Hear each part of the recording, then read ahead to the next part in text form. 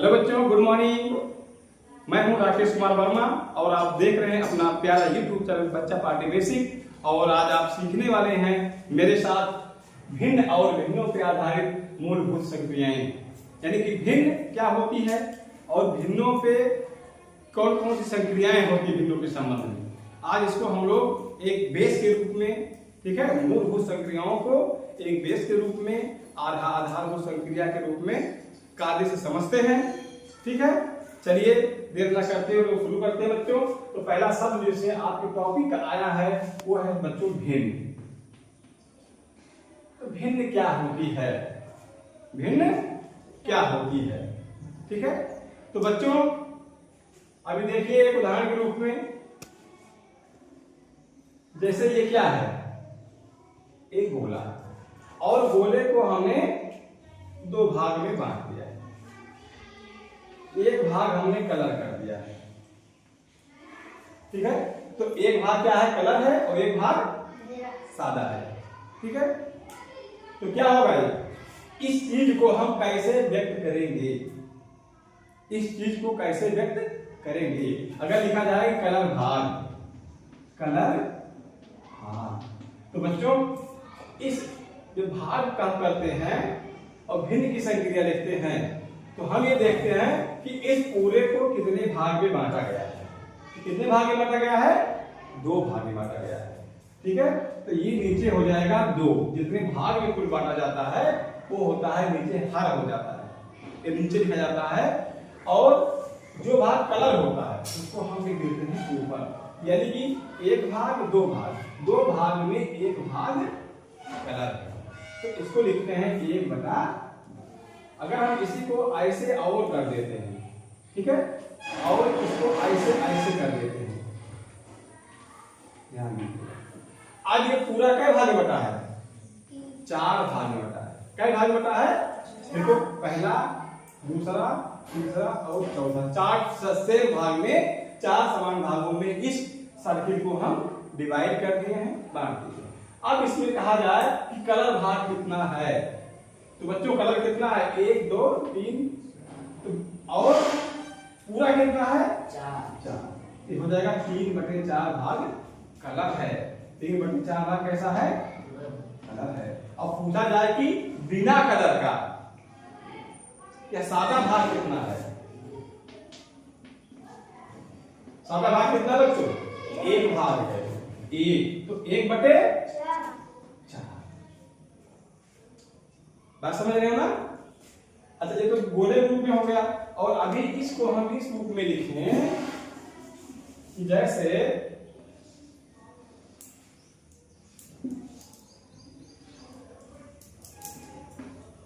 1 2 3 4 5 6 7, 1 2 3 4 5 6 7 8।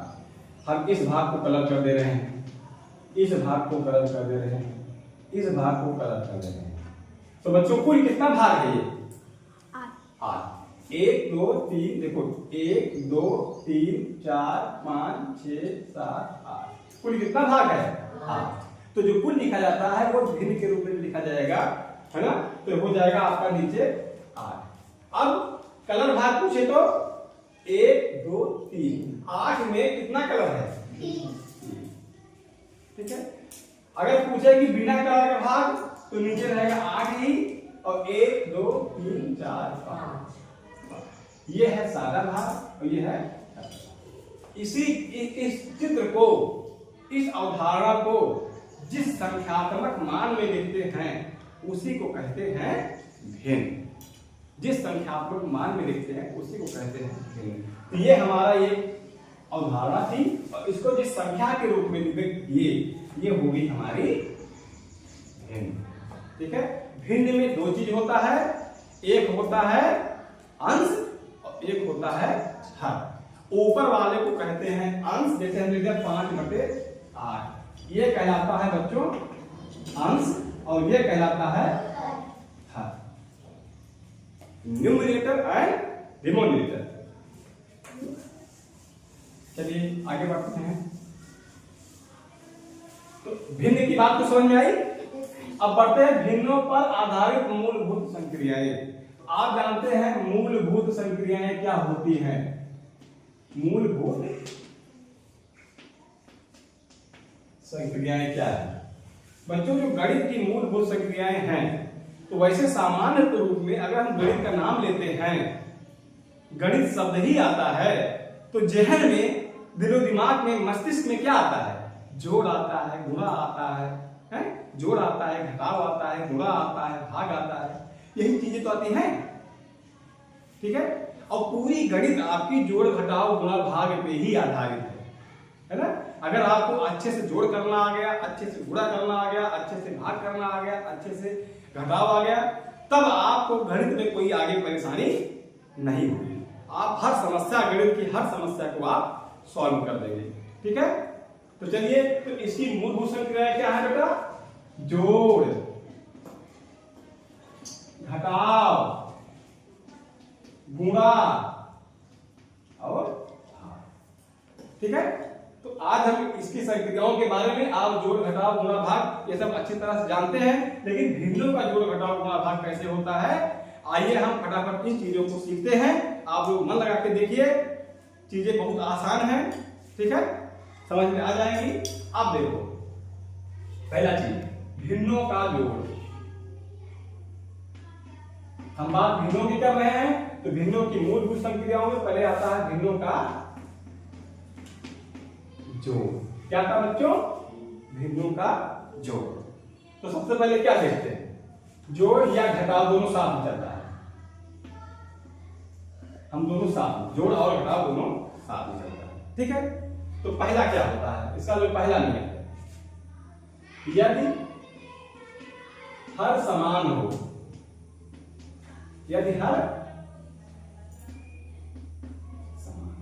समान मतलब जो नीचे वाला पार्ट है, अगर वो भिन्न का समान है, तब क्या करते हैं? ठीक है, तो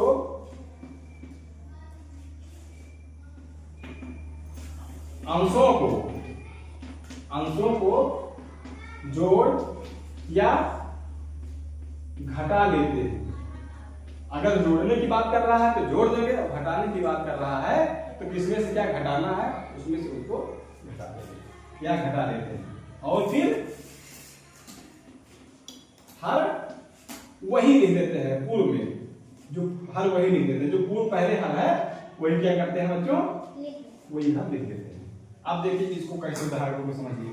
जैसे मान लीजिए आपका एक संख्या आ गया 3/4 धन 5/, या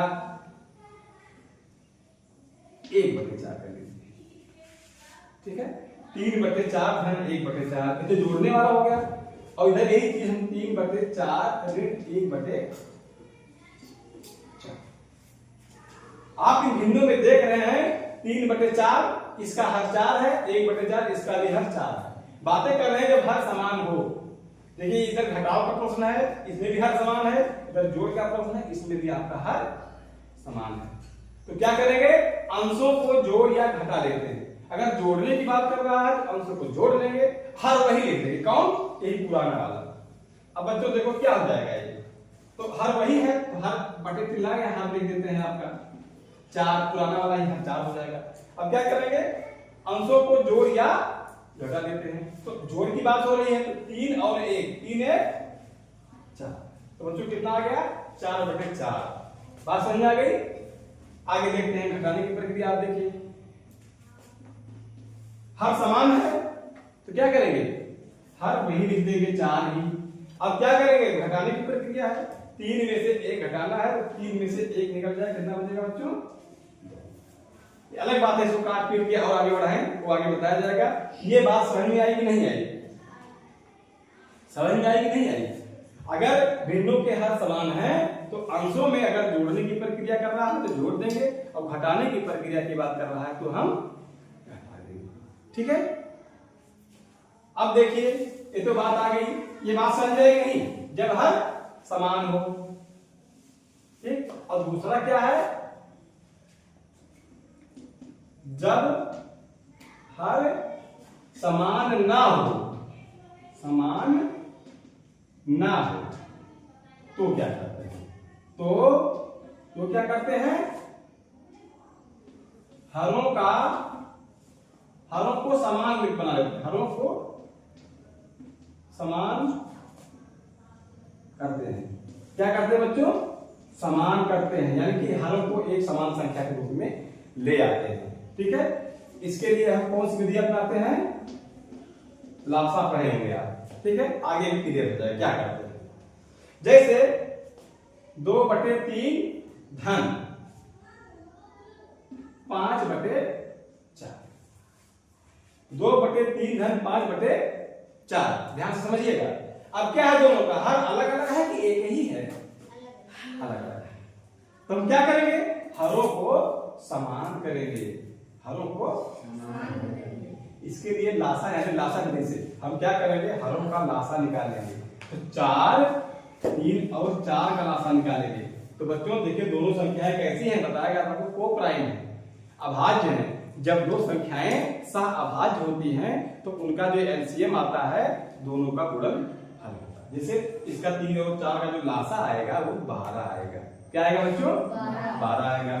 ये तो ये होगा, हम निकाल के भी चेक कर लेते हैं। 3 और 4, अब देखिए 2 से काटो 3 नहीं कटेगा, और ये 4 कट जाए, 2 दूनी 4, अभी 2 से कटेगा 3 नहीं कटेगा, अब 2 1 9 2, फिर 3 कटेगा बच्चों 1 और 1। ये विधि आप जान रहेगा। तो क्या मिला आपको? 2 दूनी 4 12। तो बच्चों 3 और 4 का जो एलसीएम होगा, लासा होगा, वो कितना होगा? कितना होगा बच्चों? 12। ठीक है, अब क्या करेंगे? यहाँ 12 आ जाए, यहाँ कितने से गुणा करें कि 12 आ जाए? 4 से गुणा करेंगे, है ना। तो जब यहाँ 4 से गुणा करेंगे हम, तो नीचे जिस संख्या से गुणा करते हैं उसी संख्या से ऊपर भी गुणा करेंगे। अब इसको अब करेंगे तो कोई बदलाव नहीं हो जाएगा। आपने पढ़े होगा परिमेय संख्या, और परिमेय संख्या में एक चीज आता है तुल्यकारी परिमेय संख्या। क्या था बच्चों? तुल्यकारी परिमेय संख्या। देखिए इसकी बात समझिए तो बड़ा आसान हो जाएगा।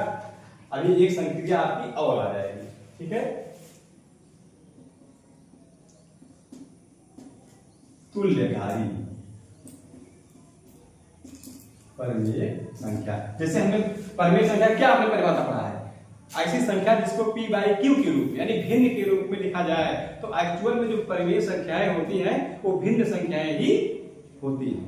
ठीक है, जिनका कोई हर नहीं होता उनका हर हम 1 लिख देते हैं। तो जो तुल्यकारी परिमेय संख्याएं हैं उसमें क्या होता है? जैसे हमने लिख दिया ये 2/3, ये कैसी है? एक परिमेय संख्या है।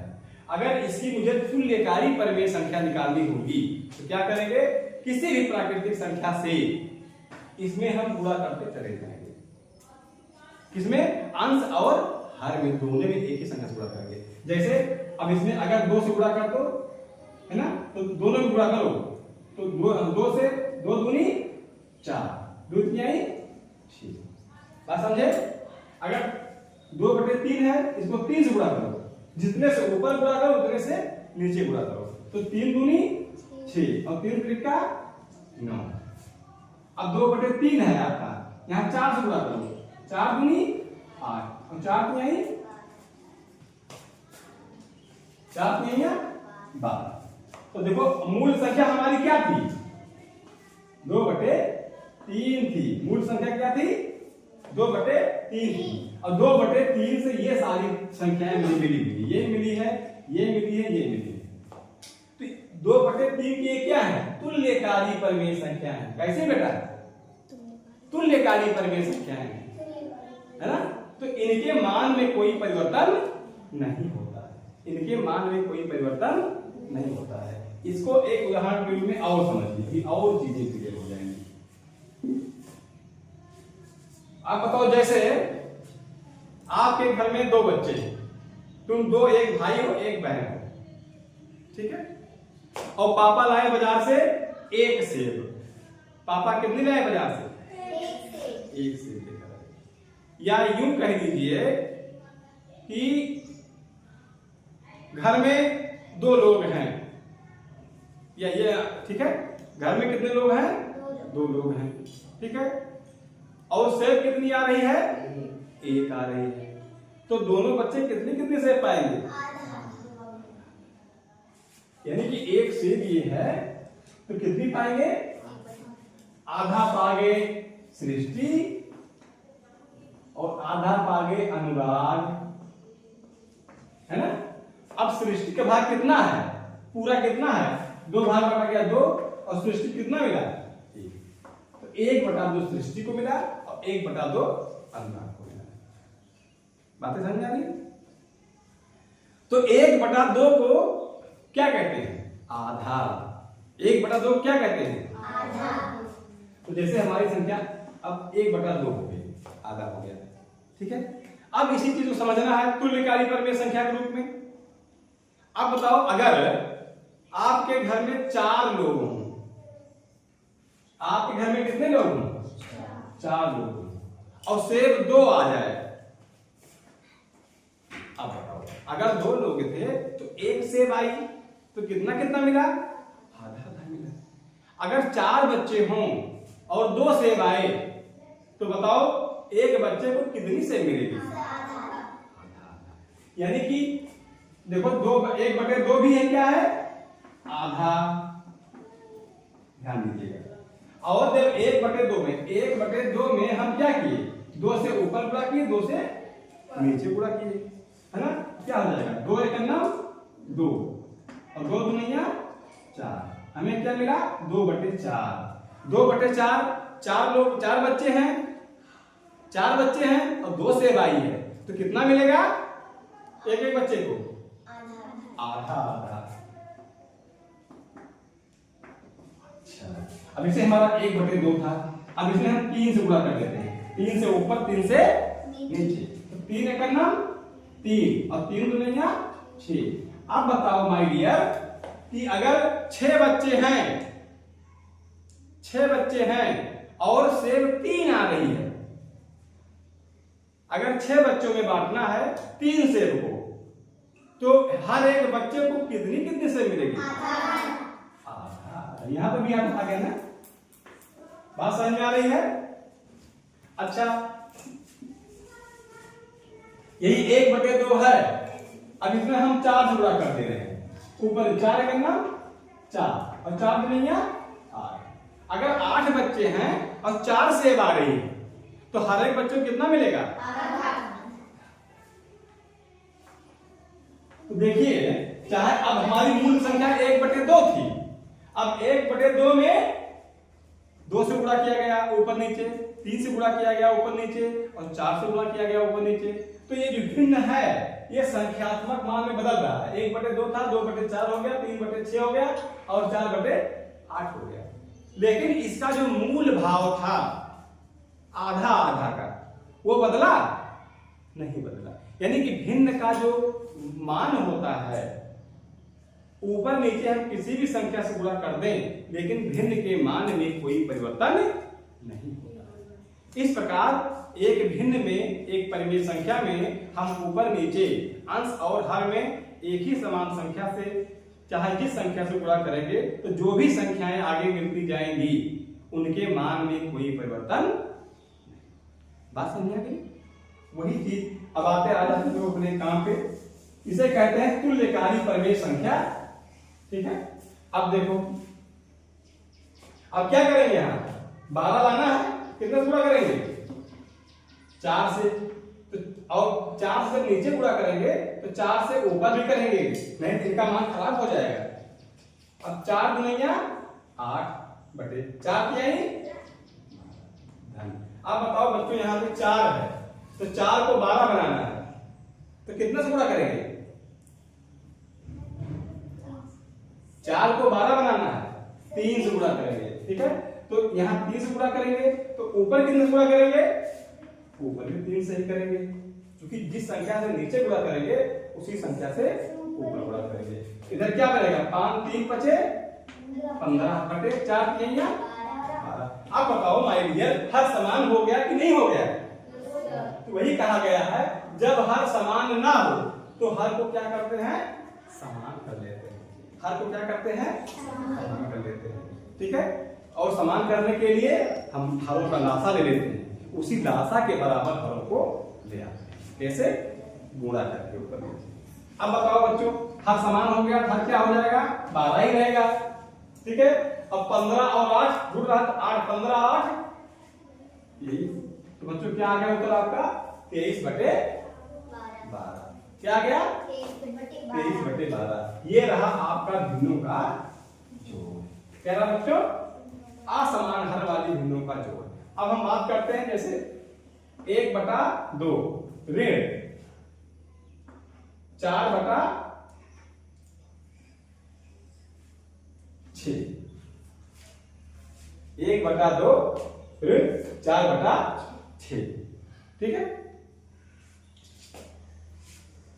या 1/6 कर दे रहे हैं और अब बताइए हर समान है नहीं है तो क्या करेंगे समान करेंगे।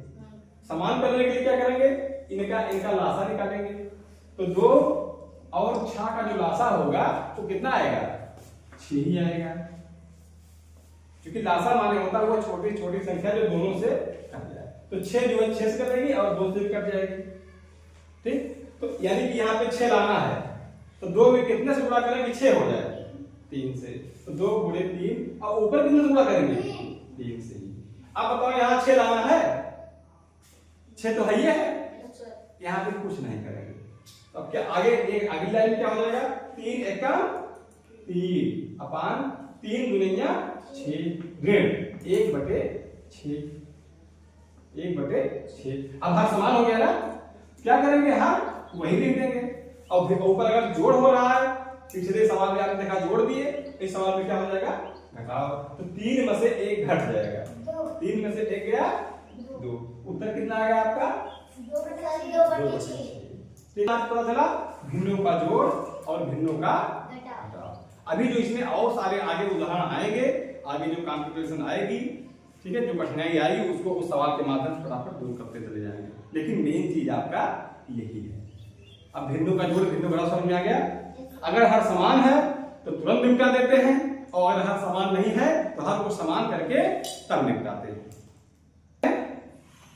हेलो बच्चों आपने देखा पिछले वीडियो में पिछले क्लास में आपको बताया गया भिन्नों का जोड़ और भिन्नों का घटाव। इसमें आपको बताया गया कि जब भिन्नों का हर समान होता है तो हम अगर जोड़ने की प्रक्रिया है तो जोड़ लेते हैं घटाने की प्रक्रिया घटा लेते हैं। लेकिन जो हर समान है वही हर उठा करके वहां पे लिख देते हैं। ठीक है अब आगे आपको बताना है गणित की जो अगली संक्रिया है वो है बच्चों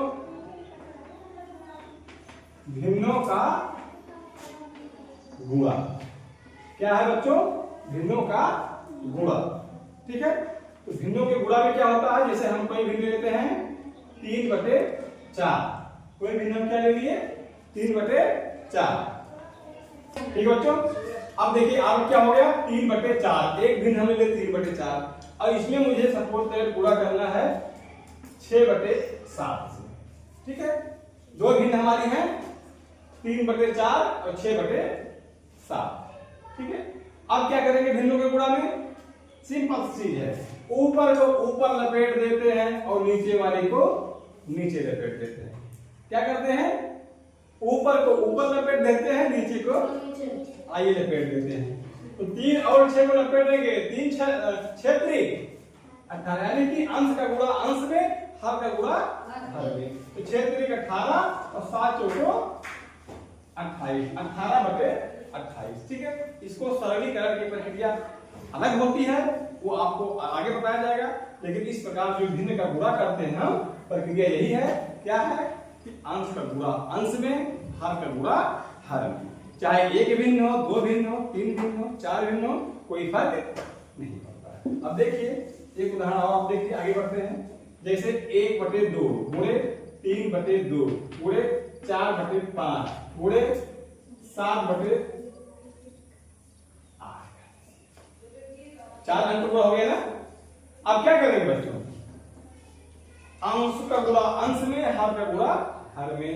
ऊपर अंश कितना है 1 3 4 7 1 गुणे 3 गुणे 4 गुणे 7 और नीचे क्या है बच्चों 2 गुणे 2 गुणे 5 गुणे 8 2 × 2 × 5 × 1 ये आपकी नई भिन्न बनी। ठीक है अब क्या करेंगे गुणा करके लिख देते हैं हम 4 तिहाई 12 12 कम 12 12 होते 84 ऊपर हो गया बच्चों। नीचे क्या हो जाएगा, 2 दूनी 4, 4 पंचे 20, 4 पंचे 20, ठीक, 20 अट्ठे 160। आपका जो 84/160 मिला, ये आपका इस भिन्न का गुणनफल है। अब बात क्लियर हो गई, ठीक है। चाहे 2 भिन्न हो, 3 भिन्न हो, 4 भिन्न हो, भिन्नों के गुणा के मामले में हम क्या करते हैं कि अंश का गुणा अंश में और हर का गुणा हर में कर देते हैं, बाकी और कुछ नहीं करते हैं, ठीक है। आगे बढ़ते हैं। अब आ जाएगा बच्चों भिन्नों का भाग। क्या आ जाएगा, भिन्नों का भाग। आप जानते हैं कि जैसे 1/2 भागे 1/2, 1/2 भागे 1/2। तो भिन्नों के जब भाग होता है भिन्नों में, तो इसमें कुछ नहीं करना, सिंपल चीज है। तो हम ऐसे लिख देते हैं 1/2। तो देखिए जो पहले होता है, जैसे लिखिए हम 1/2 भागे 1/2। तो ये जो चीज है इसे कहते हैं बच्चों भाज्य। जिसमें भाग दिया जाए उसे कहते हैं भाज्य, और जिससे भाग दिया जाए, जिसका आपको पहाड़ा पढ़ना है, जिससे भाग दिया जाए, इसे कहते हैं बच्चों भाजक। क्या कहते हैं, भाजक। तो बच्चों भिन्नों के मामले में भाज्य वैसे रहता है, भाज्य कैसे रहता है, वैसे रहता है जैसे पहले था। और जो भाग का चिन्ह है इसको बता देंगे गुणेंगे। क्या कर देंगे, गुणेंगे। और जो भाजक है उसको हम पलट देंगे, उठा के मूड़ी नीचे कर देंगे, पैर ऊपर कर देंगे। तो इनका मूड़ी 2, देखो मूड़ी 1 है, पैर 2 है, इनका हम पलट देंगे। यानी भिन्न को हम क्या करेंगे, भाजक को पलट देंगे। 1/2 है तो हो जाएगा 2/1। लेकिन जो भाग का चिन्ह है इसको क्या कर देंगे, गुणा। अब देखिए भिन्न गुणा नहीं मिल गया, भिन्न गुणा मिल गया ना। अब क्या होगा, 2 एकम 2 और 2 एकम 2, 2 एकम 2, 2 एकम 2 बराबर 1। आप जानते हैं कि किसी भी संख्या को उसी संख्या से भाग दिया जाए तो 1 आता है। जैसे 5 भागे 5 कितना आएगा, 1, ठीक है, 5 का नम 5। 12 भागे 12 कितना आएगा, 1। 100 भागे 100 कितना आएगा, 1। 1 लाख भागे 1 लाख कितना आएगा, 1 करोड़ भागे 1 करोड़ कितना आएगा, 1। अगर उसी संख्या को उसी से भाग दिया जाए तो हमेशा भागफल 1 आता है। देखिए इसमें 1/2 को 1/2 से भाग किया गया, चाहे ऐसे जान लो, उसी को उसी से भाग किया गया तो 1 आएगा। और चाहे भाग करके आप देख लीजिए, बात समझ आ गई। एक उदाहरण और देखिए आप इसमें, जैसे 13/17 भागे 9/11, 9/11। तो बच्चों क्या करना है, ये भाजक है इधर वाला, जो दाईं तरफ भाग चिन्ह के जो दाईं तरफ होता है वो भाजक होता है, और भाग चिन्ह के जो बाईं तरफ होता है वो भाज्य होता है। तो भाज्य माने बाईं तरफ वाला, ये वाला नहीं पलटता है, ये वाला वैसे रहता है। जैसे 13/17 है तो 13/17। जब भाग है ना, भाग को हम गुणे में बदल देंगे। जब ये भाग गुणे में बदलेगा तो ये जो बच्चे 9/11 है, ये निश्चित को 11/9 कर देंगे, पलट देंगे। अब देखिए आपको एक नया सवाल मिल गया। पहले भिन्नों का भाग था, अब क्या मिल गया, भिन्नों का गुणा मिल गया। तो बच्चों क्या होगा, ऊपर का ऊपर, नीचे का नीचे, अंश का गुणा अंश में, हर का गुणा हर में। तो हो जाएगा 13 × 11/17 × 9। बताओ बच्चों, 13 11 33 के 3 हाथ में बचा 3, और 11 करने 11 3 14, 143/17 नवैया। बोलो बेटा, 153। हाँ 17 नवैया 153। तो 143/153 आपका ये इसका भाग करने के आ जाएगा। ठीक है बच्चों, तो आज आपने क्या सीखा, भिन्नों का जोड़, भिन्नों का गुणा, भिन्नों का भाग और भिन्नों का घटाव। यानी कि भिन्नों की जो गणित की मूलभूत संक्रिया है, जोड़ घटाव गुणा भाग, वो चीज आपको भिन्नों के मामले में एक मोटी एक बेसिक समझ आपको आ गई। ठीक है, तो आज के इस क्लास में, इस वीडियो में इतना ही। अगर आपको वीडियो पसंद आ रही हो, कुछ बातें समझ में आ रही हो, आप इसको लाइक करिए, सब्सक्राइब करिए और अपने दोस्तों में शेयर करिए, फैलाइए, जिससे इस वीडियो का लाभ आपके दोस्त भी ले सकें। ठीक है, ओके, थैंक यू।